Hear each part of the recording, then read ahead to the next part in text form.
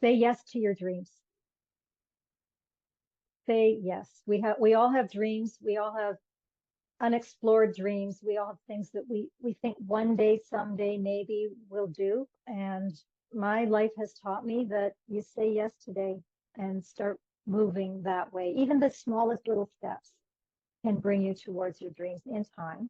And but if the more we say no to what we think we want, the farther away we get from deeper fulfillment, thriving, all of that wonderful stuff that a lot of your listeners are probably teaching other people to embrace. So for me, it's a big yes to the dreams.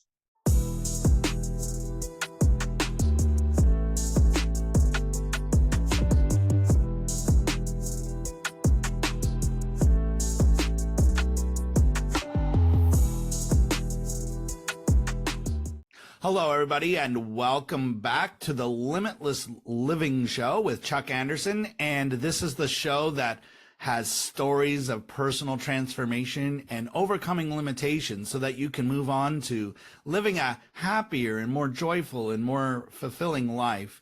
And, you know, from time to time in that journey, there's things that we want to accomplish. There's things that we want to do, goals that we want to achieve.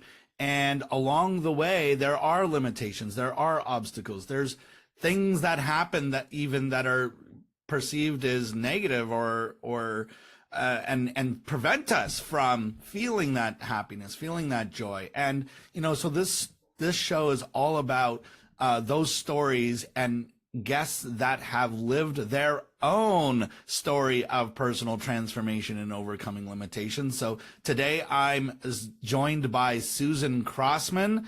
Susan, welcome to the show. Thank you so much, Chuck. It's a delight to be here. I'm really excited to have you here as well. And, I know you have your story and you also help people with their stories, which we'll get to a little bit later on. But, my first question always is, Susan, what's your story? I love that question, Chuck, because we all have stories, and I guess I'm no exception, oddly enough. I'm a writer by profession. When I started my career, I worked in journalism and government communications. I worked in a marketing agency as a copywriter. I did it all. I was living the dream as a writer. And the problem was I wanted to write a book. That was the bigger dream that I could see for myself. And so for many years, I dreamt of writing a book. And finally, my husband looked at me and he said, you know, you've been talking about writing a book for a very long time. And I said, I so want to write a book. And in the way of a loving spouse, he just stared at me and he said, well, what is stopping you? And that was the $90 million question, because there was nothing stopping me except myself. So I embarked upon the journey of writing my first book, which was a novel about a woman's experience of an abusive relationship, how she got into it and how she got out of it. And it was a really heart expanding experience for me to be devoting myself to writing my book. And at about the same time I started writing my book, I got pregnant with my blended family's fourth child. And I figured, with all the arrogance of an accomplished writer, well, 9 months, you know what? I'll finish the book, I'll finish the baby, I'll be off onto another adventure. And as luck would have it, the baby came out in 9 months, baby was done, baby was ready, and the book didn't come out at all. And there began my really difficult journey of mindset, heart set, challenge. I wrestled with so many of the issues my clients today wrestle with, like, who am I to write a book? Who's going to read anything I write? Well, you know, I'm not the leader in my field. Like, I probably shouldn't write a book about this. And that went on for 11 years. And my husband and I had a pretty bumpy experience of life. We had another baby, so we ended up with 5 children and stepchildren in our family. And we had 4 custody fights along the way, and he had a lot of job issues, and we moved, I don't know, 10 times in that period. So there were a lot of bumps along the way, but I still had a very hard time focusing on the book and giving myself permission to live the dream for me, which was to write a book and get it published. So 11 years went by. And then my husband was diagnosed with terminal cancer. And 3 months later, he died. And so that was a really, really difficult passage in my life. We were high school sweethearts and had quite an epic love affair, which ended with his death. And so I had to really reconfigure my life. At the time, our youngest children were still very little. The others were significantly older, but I had to raise the kids. That's when I started my business. And still there was this nagging issue of the book I still hadn't finished writing. And what Steve's death did for me was help me recognize that the clock was ticking. And if I really wanted to see if I could be a published author, I had to really make the decision to sit down and make that book happen, finish the manuscript, which I did. I got it edited. Actually, I had 2 editors for that book, and then ended up with a traditional publishing contract. And that led to 4 more books. I'm now working on my 6th book, fiction and nonfiction. And that was really, that first book was the hardest, though. That was the mindset book that really was the most difficult. And I have my late husband to thank, actually, in many, many ways, for helping me get that book written and finished. So here I am today. Yeah, wow, amazing. So what are some of your biggest takeaways from that? I mean, obviously when we go through these, we have our plans. Sometimes life has other plans for us, and things come up along the way. I mean, what are the biggest takeaways? What are the biggest life lessons that help you now that you learned from these experiences? Yeah, that's a really great question, because there is always a lesson in everything, is my belief. Everything that happens to us teaches us something. It redirects us, in fact, into where we maybe need to go in our lives. And so I think the number one issue for me is just don't give up. If you have a dream, keep dreaming, keep planning, keep trying, and also make room for the surprises in life. That, some phases for the people that I work with today, there are phases when it's really hard to focus on that book because life is happening. And then there are other phases where we procrastinate. We probably could find the time and bandwidth to work on that book, but there's Netflix and there's social media and there's social engagements and, a lot of things that are a little more compelling than sitting down with the discipline it takes to write a book. So I would say number one, just don't give up. And also, keep keep being kind to yourself, I think is the other piece with that. What do you need in order to keep going towards your dream? Yeah, so powerful, because when these things come up, it's so easy in the moment to let them stop us, to have that be a reason not to go forward, to,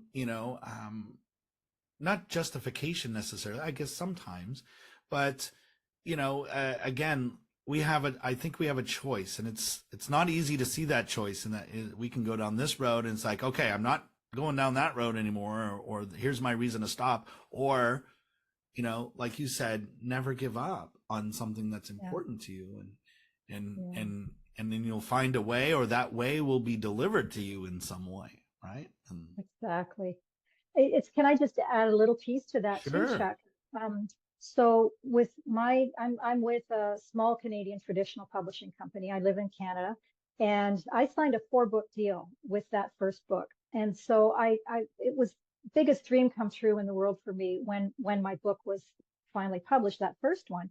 And I was so shocked when my publisher came to me the next year and said, okay, let's get going on the next book. What'll it be? And I hadn't really thought that there would be another one so quickly, but he wanted a collection of short stories, which I was very happy to deliver. And he said I need it in 6 months. Well, son of a gun, my book was finished in 6 months, the next one. And so it really taught me, okay, I took 13 years ultimately with the first book, and I was also capable of writing a book in 6 months. So the only thing in the middle of all that was me. When you have a really compelling reason, like a legal contract, you can get the work done. And I think in the context of book writing anyway, that's often what's missing for a lot of people, is they don't have that line in the sand that they absolutely have to make sure they meet that deadline or that commitment. So we can do this. Hmm. You know, speaking of books and stories, you just shared your story, and everyone who has been a guest on my show has shared their story, and people listening in are living their story as well. I mean, we're all living our story. So a couple things I wanted to ask you. I mean, what's been the value for you to share your stories, and in terms of for yourself, but also in terms of the impact to others? Right. Yeah. Thank you for that question. Boy, where do I even start with that? I would not be doing what I'm doing today if I hadn't written that first book. First of all, so I work as a book coach and an editor. I work with transformational people, people who are mission driven. They know they can make the world a better place. Typically, they've had a lot of really difficult experiences that they've had to deal with, and they have healed their personal life, and often now they're teaching others how to, or mentoring others how to live richer, more fulfilling lives.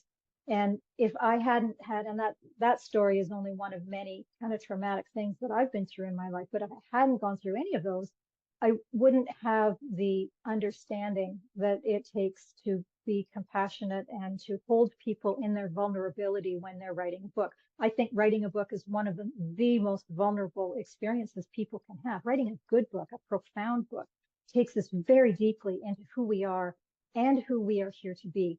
And there's an enormous amount of personal evolution available through book writing, as I found myself. And if I hadn't had, certainly with that first book, that experience, I wouldn't have a clue what other people are going through in the process of writing a book. So first of all, it really prepared me for the work that I'm doing now, which I could never have foreseen on publication day with book one, Hmm. or even with book two, probably. So I think it's really tempered me to be the funnel for divine assistance that's available to all of us. But this happens to be my piece of the puzzle, as my friend Jennifer Puff says. I found my piece of the puzzle, and it's because of these experiences that we find those places where we can serve and serve deeply. So, yeah, and of course doors have opened, and I end up with speaking engagement. I spoke in a rugby stadium in New Zealand once. I mean, I've had all these crazy, wonderful, expansive experiences that relate back to having written that book. I've met the most extraordinary people. I mean, I could go on and on. Like, writing a book is a gateway to an extraordinary world, in my Yeah. opinion. And of Can course, be. it's Maybe it's hard to not have the always, but crystal ball to see the all those opportunities at that yeah, time where it's like, oh, should I or shouldn't I write this first book? And there's so much that goes on in that process. We don't see all the good and the benefits that come afterwards. It just opens up all these other opportunities. I mean, the same thing happened with me. I ended up speaking on stages.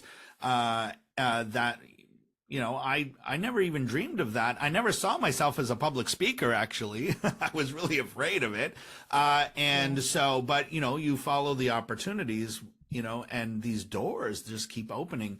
But I want to just kind of go back a little bit because I want to inspire our audience a little bit. What was that decision like to write the first book? Like sort of the mental challenge that we go through. It's like, oh, I have this idea, but should I, shouldn't I?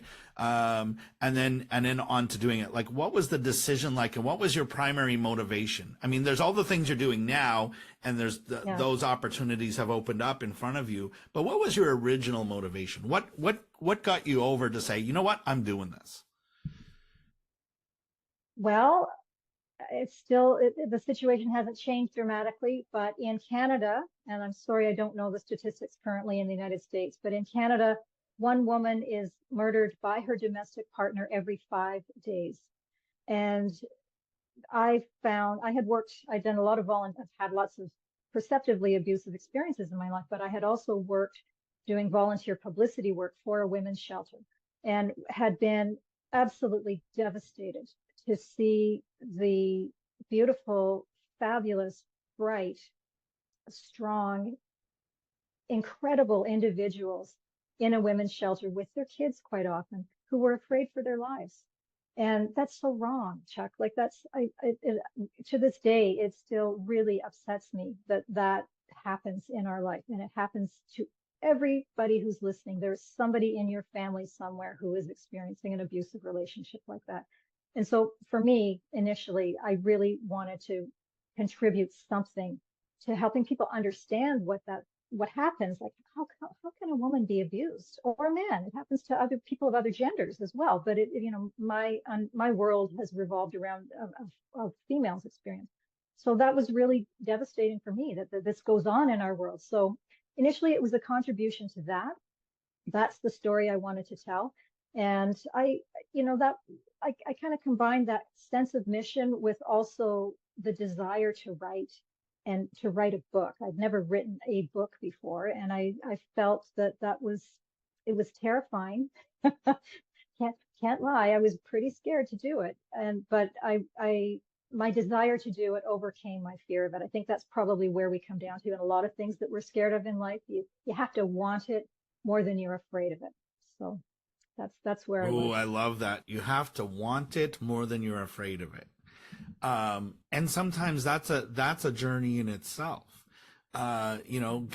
Going from idea to I'm doing this, there's this whole mental process. And Yeah. what I take away from your story is that you really attached it to you. There was really a purpose. There was really a mission. Yeah. It wasn't a selfish pursuit. It was like, I want to, be a book author and have a big yacht and all that kind of stuff. What I hear No. you saying is, I have this story that I feel passionate about telling because people need to know, about this, create awareness, and then hopefully, I mean, that book, I mean, it's hard to measure, but how many lives do you think that book has saved?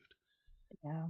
And that's really rewarding too, is to hear back from a reader. Oh my gosh, you nailed it. You completely understood where I was or where I am.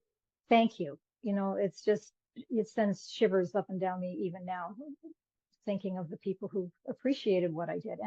And I see this all the time with my clients, that they don't see themselves as having a powerful influence in the world with their book. Like they don't quite believe that that's possible for them. And yet my belief is they have been preparing to become the author of that book, those books, since the day they were born, and sometimes before birth, lives before. But the everything that has ever happened to them has made them the only person on the planet to write that book. And if they don't write that book, it's not going to get written, which I didn't understand back at the beginning of my authoring career, but I see this very clearly right now today, is that you are the only person who can write your books. Like, that book has been matched to you. And unless you do that, the change that is possible through that combination simply can't happen. So, and not that we have a responsibility to do that, but we do have that opportunity. Amazing. Well, we're almost out of time, but this has been such an amazing journey. Just in and you're telling such a big story in such a short period of time, and I appreciate you playing with me here. Let's tell the folks a little bit about what you do, and I know you have a free gift that could help if you're inspired by what you're hearing today, and you have a story that you've been thinking about telling, and for whatever reason it is, but like you've heard us today, I mean, your story could literally change or save lives. And I think everybody's story has a tremendous amount of value. It's one of the reasons why we do this show. So tell everybody a little bit about what you do, and then we'll make sure that the link to your free gift is there as well. If you want to check it out Great. and take the next steps and see if your story is the next part of your journey, then we recommend you connecting with Susan. Thank you, Chuck. That's very kind. Yeah, so I work as a book coach and an editor, and really with everything that I do. So I work one-on-one. I have some group programs. I've got some evergreen programs as well. But everything that we do in my business is geared towards helping people write the best book they are capable of writing, in a way that will serve the people that they're here to serve. So we're very mission driven and very service focused.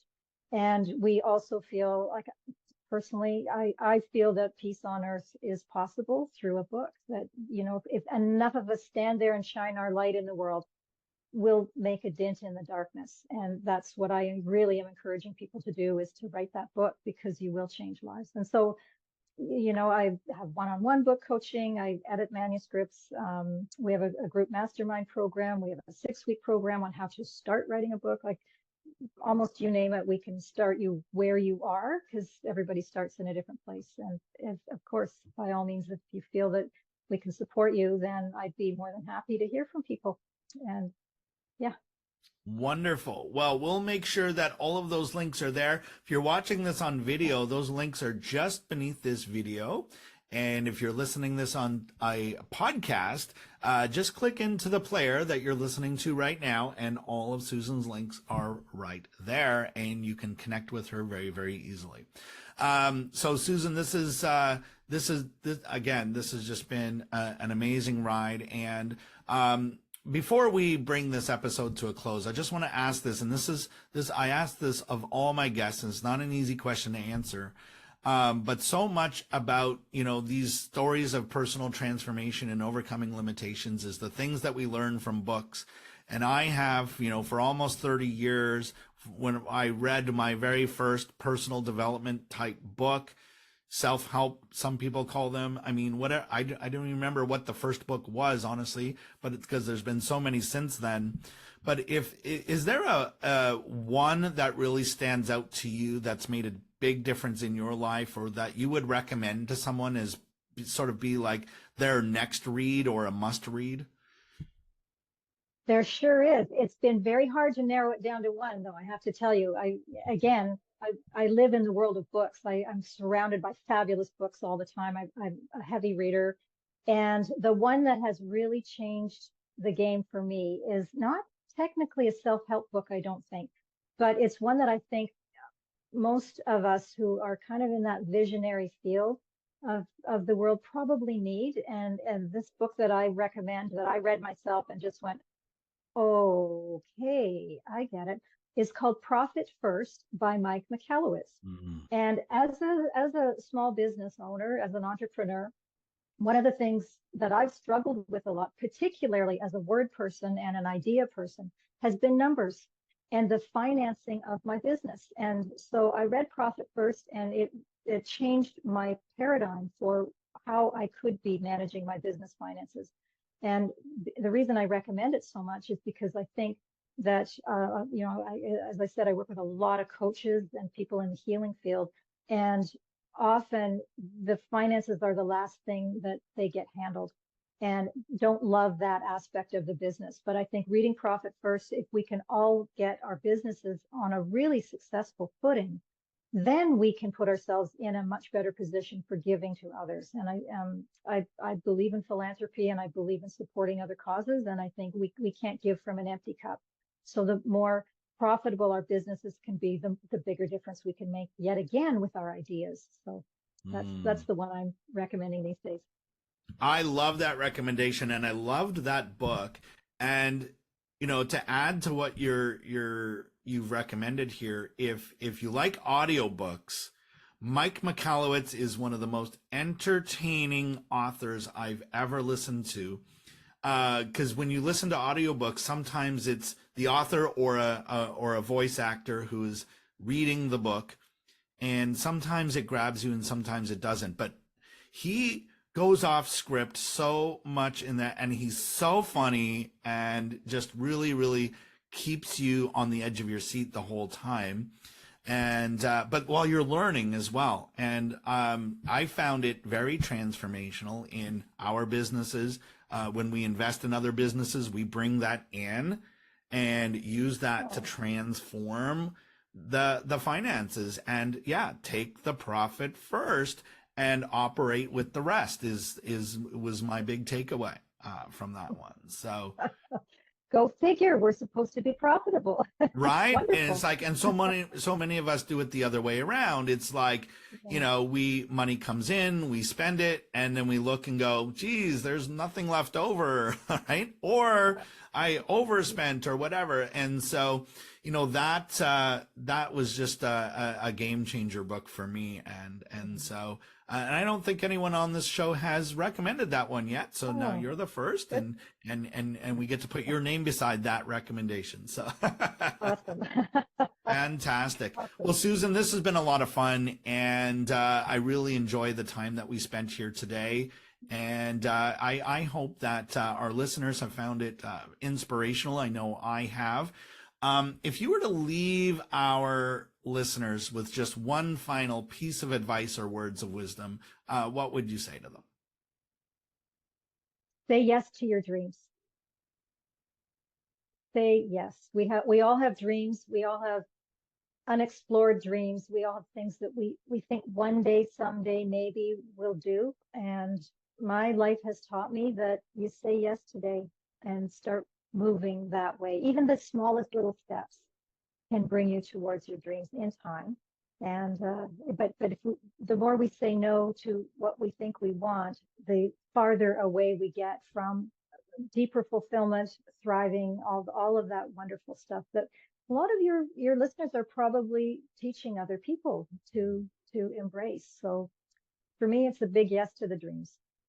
Absolutely. Say yes to your dreams. Beautiful words to end this episode by. So, Susan, thank you. And to our audience, thank you as well. And, take this inspiration and keep moving forward towards that, removing and writing your own story of personal transformation, overcoming limitations, so you can move on to the happiness and the joy and the fulfillment that you want for yourself, for your family, your loved ones, the planet, whatever it is for you. And so go out there and take that next step in your journey. And then remember to come back and listen to our next one, where we'll have another amazing and inspirational story for you. Thank you, Susan. Thank you to our listeners. Thank you. And we'll see you on the next one. Thank you.